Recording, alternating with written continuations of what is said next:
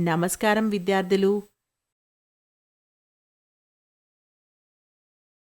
ఈరోజు మనం నేర్చుకోబోతున్నాం సంచిత ఫ్రీక్వెన్సీ పంపిణీ యొక్క గ్రాఫికల్ ప్రాతినిధ్యం.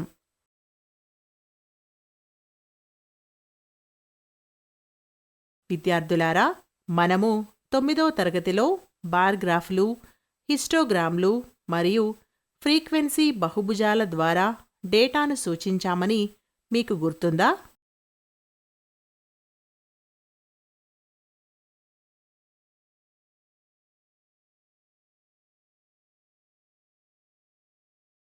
అభ్యాస ఫలితాలు. ఈ పాఠం పూర్తయిన తరువాత మీరు అర్థం చేసుకోగలరు. సంచిత ఫ్రీక్వెన్సీ పంపిణీ భావనను అర్థం చేసుకోండి. తక్కువ మరియు ఎక్కువ, ఆగివ్ మధ్య తేడా.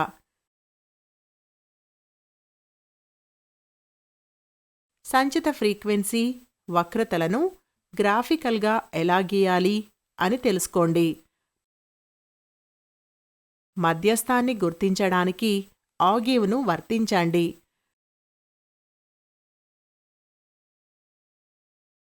ఈ పాఠం నుండి కీలక పదాలు: మధ్యస్థ, క్వార్డెల్స్, క్యుములేటివ్ ఫ్రీక్వెన్సీ, ఆగివ్ కంటే తక్కువ, ఆగివ్ కంటే ఎక్కువ, పరిమితులు. ఇప్పుడు మనం సంచిత ఫ్రీక్వెన్సీ పంపిణీని గ్రాఫికల్గా సూచిస్తాము. గమనిక: క్యుములేటివ్ ఫ్రీక్వెన్సీ కర్వులను గీయడానికి క్లాస్ ఇంటర్వెల్లు నిరంతరంగా ఉండేలా చూసుకోవాలి. ఎందుకంటే సంచిత పౌనఃపున్యాలు సరిహద్దులతో అనుసంధానించబడి ఉంటాయి, కానీ పరిమితులతో కాదు. సంచిత ఫ్రీక్వెన్సీ వక్రరేఖను ఆగివ్ అని కూడా అంటారు.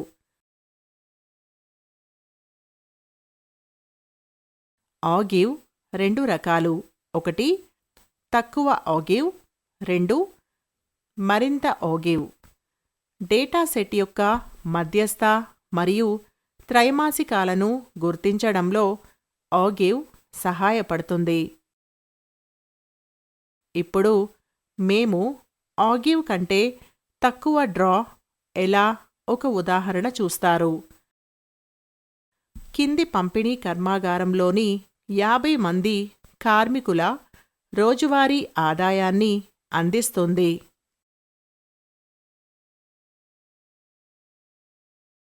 ఇది ఆగివ్ కంటే తక్కువ అని గీయండి. పరిష్కారం: ఆగివ్ కంటే తక్కువ గీయడానికి ముందుగా పంపిణీని తక్కువ రకం సంచిత ఫ్రీక్వెన్సీ పంపిణీకి మార్చండి.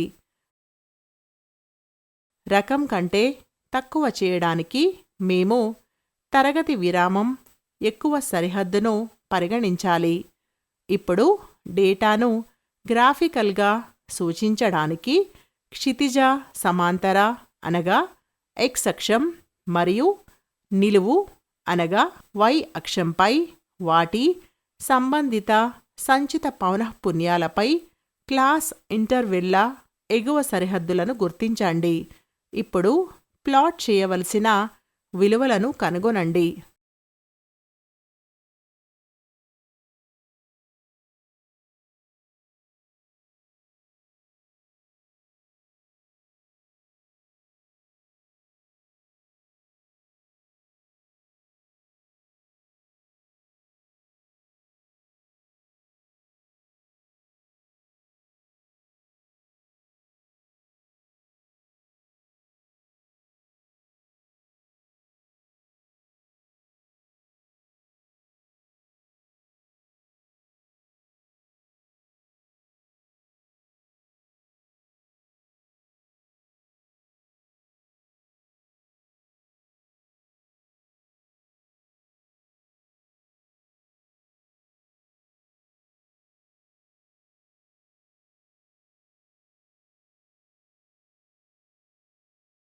ఇప్పుడు ఎక్కువ సరిహద్దు, సంబంధిత సంచిత పౌనఃపున్యం ఇచ్చిన ఆర్డర్ జతలకు సంబంధించిన పాయింట్లను ప్లాట్ చేయండి.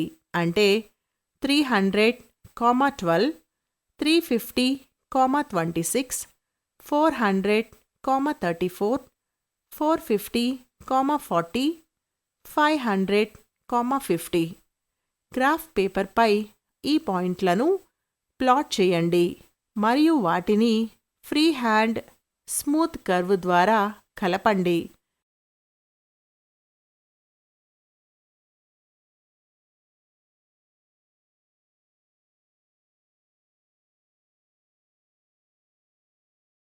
పై పాయింట్లను ప్లాట్ చేయడం ద్వారా మనకు అవసరమైన ఆగివ్ టైప్ కంటే తక్కువ లభిస్తుంది.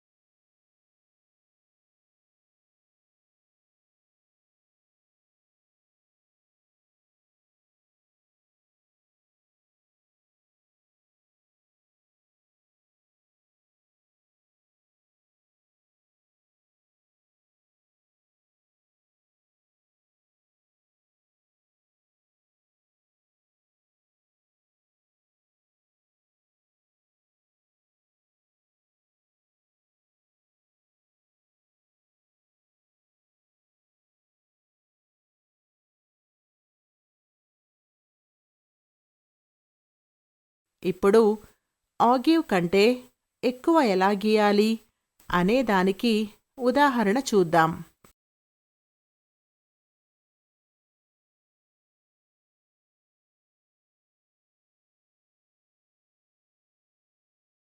కింది పట్టిక గ్రామంలోని 100 పొలాల హెక్టారు గోధుమ ఉత్పత్తి దిగుబడిని అందిస్తుంది.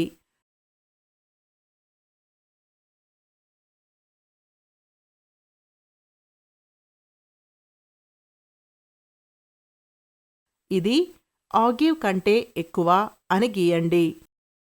పరిష్కారం: ఆగివ్ కంటే ఎక్కువ గీయడానికి ముందుగా పంపిణీని టైప్ క్యుములేటివ్ ఫ్రీక్వెన్సీ పంపిణీ కంటే ఎక్కువకు మార్చండి. రకం కంటే ఎక్కువ చేయడానికి మేము తరగతి విరామం యొక్క దిగువ సరిహద్దును పరిగణించాలి. ఇప్పుడు డేటాను గ్రాఫికల్గా సూచించడానికి క్షితిజ సమాంతర అనగా x అక్షం మరియు వాటి సంబంధిత సంచిత పౌనఃపున్యాలపై తరగతి విరామాల దిగువ సరిహద్దులను గుర్తించండి. ఇప్పుడు ప్లాట్ చేయవలసిన విలువలను కనుగొనండి.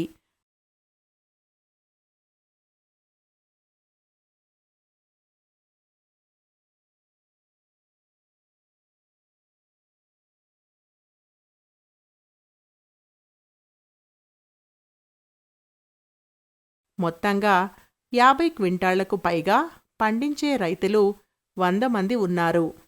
55 క్వింటాళ్ల కంటే ఎక్కువ ఉత్పత్తి చేయగల రైతుల సంఖ్యను పొందడానికి 55 క్వింటాళ్ల కంటే తక్కువ ఉత్పత్తి చేసే మొత్తం 100 మంది రైతుల నుండి రైతులను తీసివేయాలి. అంటే 100 - 2 = 98.55 క్వింటాళ్ల కంటే ఎక్కువ ఉత్పత్తి చేయగల రైతులు 98 మంది ఉన్నారు.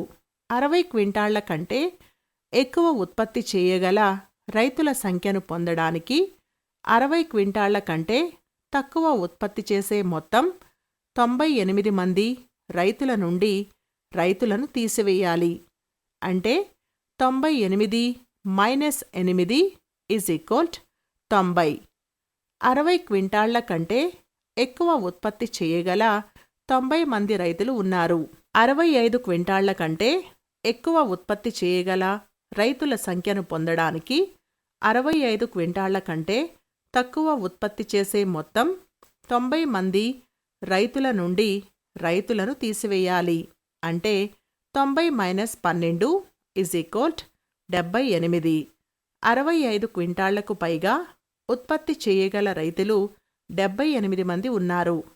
70 క్వింటాళ్ల కంటే ఎక్కువ ఉత్పత్తి చేయగల రైతుల సంఖ్యను పొందడానికి 70 క్వింటాళ్ల కంటే తక్కువ ఉత్పత్తి చేసే మొత్తం 78 మంది రైతుల నుండి రైతులను తీసివేయాలి. అంటే 78 మైనస్ 24 54. క్వింటాళ్ల కంటే ఎక్కువ ఉత్పత్తి చేయగల 54 మంది రైతులు ఉన్నారు. 75 క్వింటాళ్ల కంటే ఎక్కువ ఉత్పత్తి చేయగల రైతుల సంఖ్యను పొందడానికి 75 క్వింటాళ్ల కంటే తక్కువ ఉత్పత్తి చేసే మొత్తం 54 మంది రైతుల నుండి రైతులను తీసివేయాలి. అంటే 54 మైనస్ 38 16.75. క్వింటాళ్ల కంటే ఎక్కువ ఉత్పత్తి చేయగల రైతులు 16 మంది ఉన్నారు. ఇది ఒక మార్గం. మరియు మరొక మార్గం ఏమిటంటే మనం అనేక మంది రైతుల నుండి నేరుగా పొందవచ్చు. ఇప్పుడు తక్కువ సరిహద్దు, సంబంధిత సంచిత పౌనఃపున్యం, ఇచ్చిన ఆర్డర్ జతలకు సంబంధించిన పాయింట్లను ప్లాట్ చేయండి. అంటే 50, 100, 55, 98, 60, 90, 65, 78, 70, 54, 75, 16. గ్రాఫ్ పేపర్పై ఈ పాయింట్లను ప్లాట్ చేయండి మరియు వాటిని ఫ్రీ హ్యాండ్ స్మూత్ కర్వ్ ద్వారా కలపండి. పై పాయింట్లను ప్లాట్ చేయడం ద్వారా ఆగివ్ టైప్ కంటే మనకు అవసరమైన వాటిని మనం పొందుతాము. ఇప్పుడు మనం మరొక ఉదాహరణ చూస్తాం. ఒక తరగతికి చెందిన 35 మంది విద్యార్థుల వైద్య పరీక్షల సమయంలో వారి బరువులు ఈ క్రింది విధంగా నమోదు చేయబడ్డాయి. ఇచ్చిన డేటా కోసం ఆగివ్ టైప్ కంటే తక్కువ గీయండి.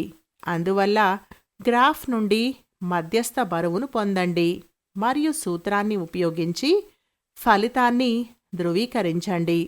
పరిష్కారం: ఇవ్వబడిన సంచిత పంపిణీ రకం కంటే తక్కువ. ఇప్పుడు డేటాను గ్రాఫికల్గా సూచించడానికి క్షితిజ సమాంతర అనగా x అక్షం మరియు నిలువు అనగా y అక్షంపై వాటి సంబంధిత సంచిత పౌనఃపున్యాలపై క్లాస్ ఇంటర్వెల్ల ఎగువ సరిహద్దులను గుర్తించండి. ఇప్పుడు ప్లాట్ చేయవలసిన విలువలను కనుగొనండి.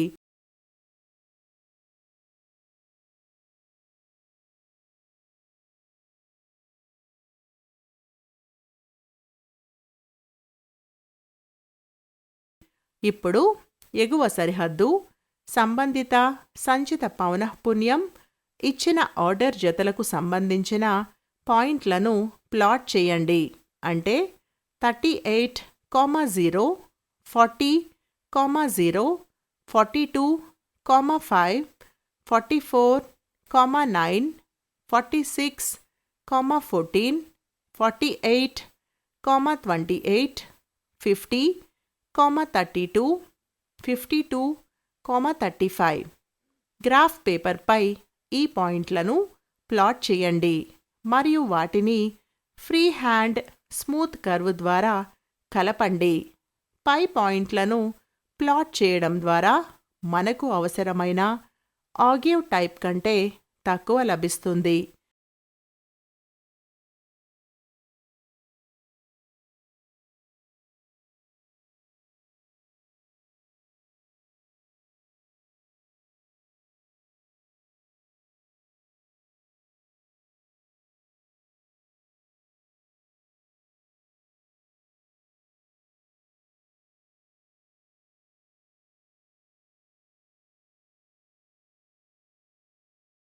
ఇప్పుడు గ్రాఫ్ నుండి మధ్యస్థాన్ని కనుగొనండి.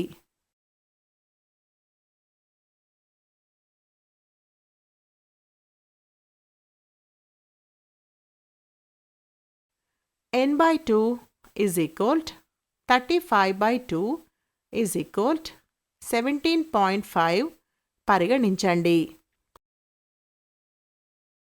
ఇప్పుడు y యాక్సిస్ పై 17.5ని గుర్తించండి.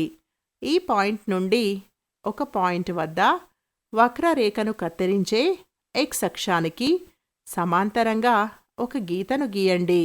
ఈ పాయింట్ నుండి x అక్షానికి లంబంగా గీయండి. ఈ లంబంగా ఉండే అడుగు మధ్యస్థాన్ని నిర్ణయిస్తుంది. చూద్దాం. మనకు మధ్యస్థం 46.5 ఉంది.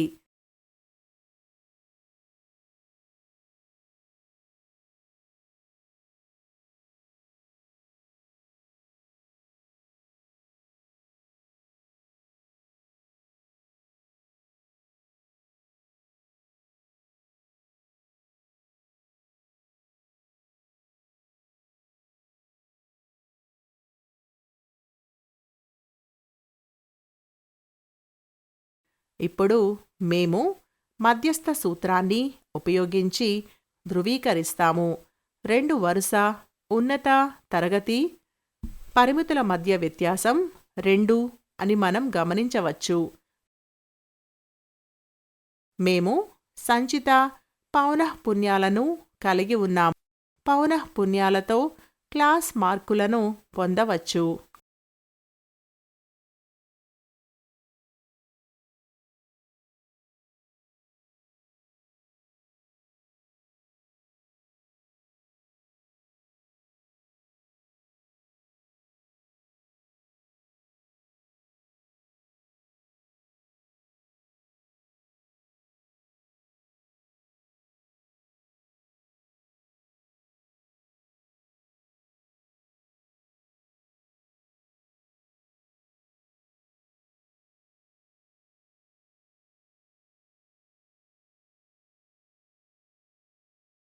మొత్తం n = 35.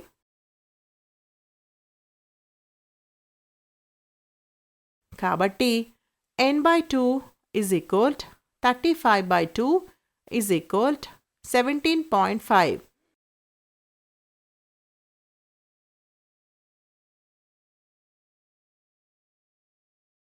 ఇప్పుడు సంచిత ఫ్రీక్వెన్సీ కాలంలోని పట్టికను గమనించండి.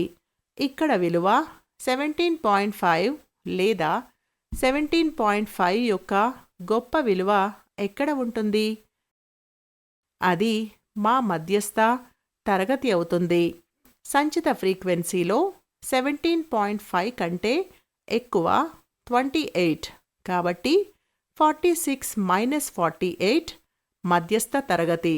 సమూహ డేటా మధ్యస్థం i+n/2 - CF/F × h అని మాకు తెలుసు. తెలియని నిబంధనల విలువలను కనుగొని వాటిని ఫార్ములాలో ప్రత్యామ్నాయం చేయండి. అప్పుడు మేము ఇచ్చిన డేటాకు అవసరమైన మధ్యస్థాన్ని పొందుతాము. I మధ్యస్థ తరగతి యొక్క తక్కువ పరిమితి 46, n పరిశీలనల సంఖ్య 35, CF మధ్యస్థ తరగతికి ముందు తరగతి యొక్క సంచిత ఫ్రీక్వెన్సీ 14, F మధ్యస్థ తరగతి యొక్క ఫ్రీక్వెన్సీ 14, H తరగతి పరిమాణం సమానంగా ఉంటుందని భావించడం 2. 46 + 35/2 - 14/14 × 2.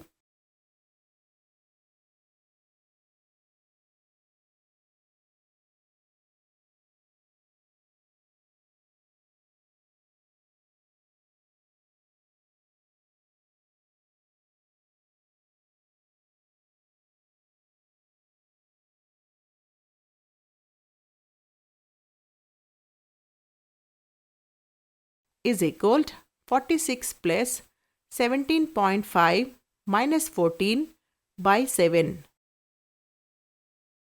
is equal to 46 plus 3.5 by 7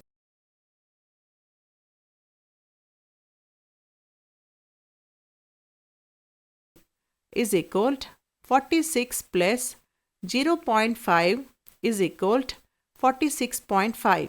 కాబట్టి ఈ డేటా మధ్యస్థం 46.5.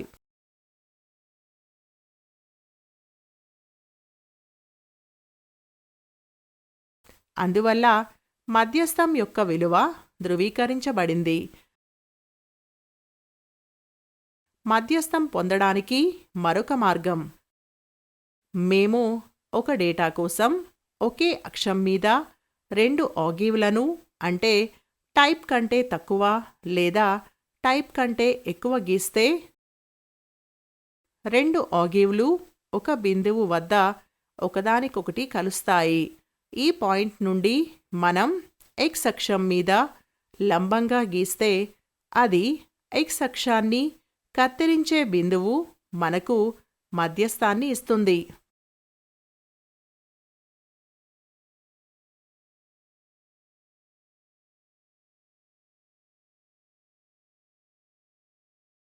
పాఠం యొక్క సారాంశం. విద్యార్థులారా, మనం నేర్చుకున్న వాటిని క్లుప్తంగా చెప్పండి. క్యుములేటివ్ ఫ్రీక్వెన్సీ కర్వ్ను ఆగివ్ అని కూడా అంటారు. ఆగివ్ 2 రకాలుగా ఉంటుంది. అవి తక్కువ రకం మరియు ఎక్కువ రకం. డేటా సెట్ యొక్క మధ్యస్థ మరియు క్వార్టైల్లను గుర్తించడంలో ఆగివ్ సహాయపడుతుంది. సంచిత ఫ్రీక్వెన్సీ డిస్ట్రిబ్యూషన్ని గ్రాఫికల్గా రకాల కంటే తక్కువ మరియు ఎక్కువ లేదా క్యుములేటివ్ ఫ్రీక్వెన్సీ కర్వ్గా సూచిస్తుంది. సమూహ డేటా మధ్యస్థం గ్రాఫికల్గా ఈ డేటా కోసం 2 ఆగివ్ల ఖండన బిందువు యొక్క x కోఆర్డినేట్గా పొందవచ్చు.